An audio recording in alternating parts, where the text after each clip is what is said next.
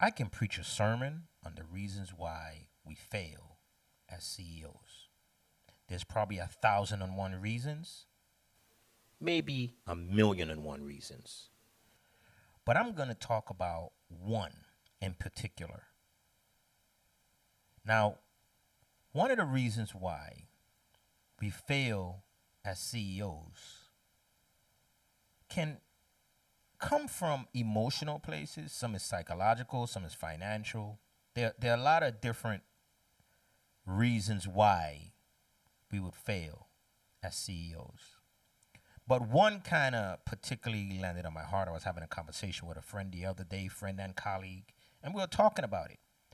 And it happened to me, and it's very, very close to my heart as to why I want to just kind of discuss it briefly today. And that's because we put certain things in front of the mission. Now, the thing I can go so deep into this, but I'm trying to just stay on the surface because it's a lot of what I teach in my books and lectures and stuff like that. But one of the top things that I always tell people is the first rule in business is to stay in business. Now, the issue is many people treat business like it's it's a hobby or an option, or it doesn't come as a priority to many other things in their lives. And to the degree that you put business will be the degree of its sustainability. Now, business is really beyond just the mechanics of the money and the sale and the customer and the product and stuff like that. Business can also be your purpose that has a mission. And I'm prior military, so I have a very strong military mind when it comes to mission first. You set all things aside and accomplish that mission. The movies will tell you differently. The movies will tell you, oh, it's about the heart and it's about the emotions and about, because that's movies, right? The feel good thing. But when it comes to missions, you're not going to get it done if you allow distractions and interruptions to take precedence over that mission. It just won't happen. The people that you see largely successful in life, athletes, entertainers, actors, they have lost relationships and other opportunities outside of their mission, outside of their craft, because they have to be neurotic to put mission first. Now, here's the thing about business. You have multiple groups of people that are congregating every day, which is at the business, for what seems to be a shared objective. But it's really not shared. A lot of times you have people who's working for that company, employees, and their objective is the paycheck. And it does not extend anywhere beyond that. The paycheck, so overtime, increased pay, all that stuff is precedent or paramount for them. And then you have others who need the experience. They're doing that for the experience that they can use maybe on their resume to get somewhere else. So, like I'm basically saying there's just many different reasons. But for the founder, especially a small business CEO, it could be the strength of the business, being number one in their industry or in their market, in their space, building wealth. It could be different reasons. So now you put all these people on the same boat that are rowing the boat in different directions.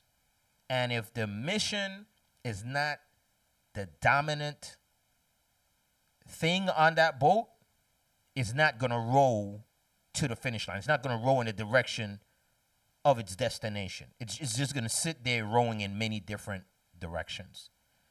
But it has to put the mission first. It's just like an engine on the boat. It doesn't matter what waves come by. It doesn't matter what wind is blowing. That engine is going to take that boat where it needs to go. So why am I saying all this? Because so many times in business, we also have the emotional component of business, the emotional component's connections to people. I was speaking with another colleague several weeks ago, and I was assisting them with some of the automation stuff. I've been doing automation in my businesses and why they've been successful. Really, I feel like my technical skills and my marketing skills is what made my businesses highly successful, not necessarily the thing that it was doing. And I was helping them do the same thing. And as I was helping them, one of their employees, because they had me in a meeting with their staff, their management at the same time. And sometimes I'm leery doing that because, sometimes as CEOs, we think that the people on our team has the same mission in their mind. They have the same shared objectives in their mind. And we really believe that those individuals should be at the table and they can hear all the intimate things of our business, and we can have that trust in them. And stick a pin in that because I'm coming back to that.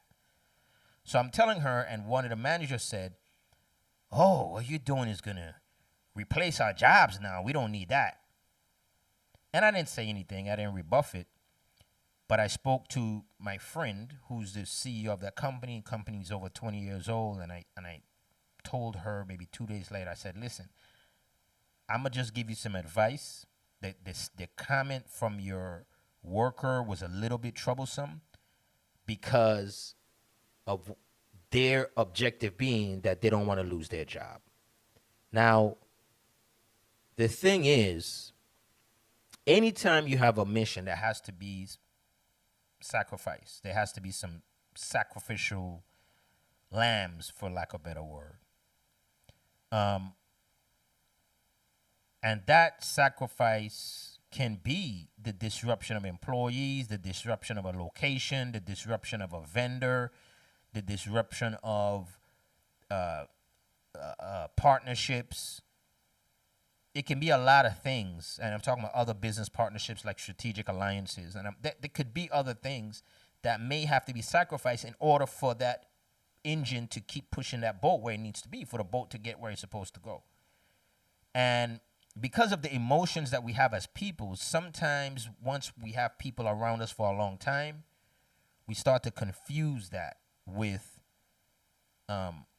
loyalty to our mission versus loyalty they have to themselves. And they would say things to us. The staff would say things to us. "You got my loyalty." Just say all the dreamy things to a CEO that they want to hear. They want to know they have a secure team. They want to know they can trust people, and those things are being said. And to the outward look, appearances from the CEO, it would seem that that's what they're doing.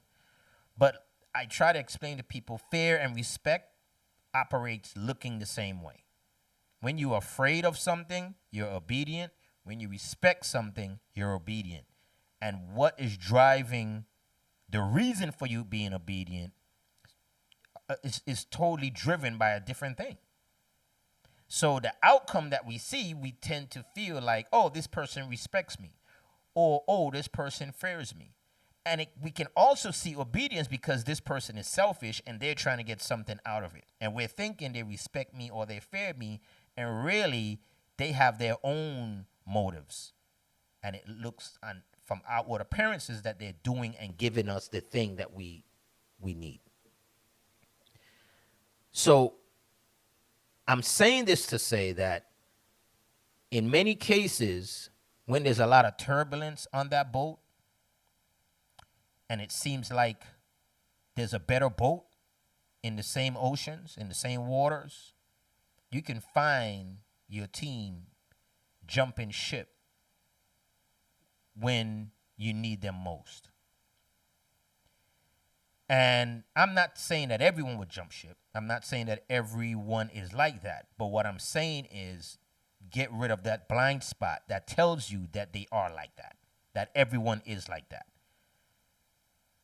That's a blind spot for a CEO that happens many times because the emotions take over and tells us something that may not be true. So you want to be very careful of that and keep your mission first. And try to assess best you can out of your team if they are on a shared mission for you. And And you can get that. People can only hide for so long. You'll get that in comments, and just like the comment I just spoke to you about in meetings, you may hear someone say something that you're like, ooh, okay, and you put that in your back pocket, and you really got to be honest with yourself and understand that it is, you don't own people, you employ them, so they are free to have whatever opinion or motive they want to have, but they're not entitled to remain on your ship. If you feel that that ship or that boat, if the engine is not running right, they're going to row the boat in a different direction. Or they're going to bring their own engine and stick it on the boat and try to put it on the other side of the boat where it's not just moving forward, but now it's moving sideways and you can't get to your goal properly because there are other engines attached to the boat on other sides of the boat. And now the boat is not going in one unison direction. Workers are a gift and a curse, and they are very necessary many times depending on your business. But as a CEO is simply not an owner operator of a business, but CEO typically is a leader leading leaders, and a person that develops systems and functions and departments in their business. I've done it to a very high level, the highest level of businesses, period, in America. And you want to make sure that you are functioning objectively on a clear mind. And this happens by keeping outside colleagues around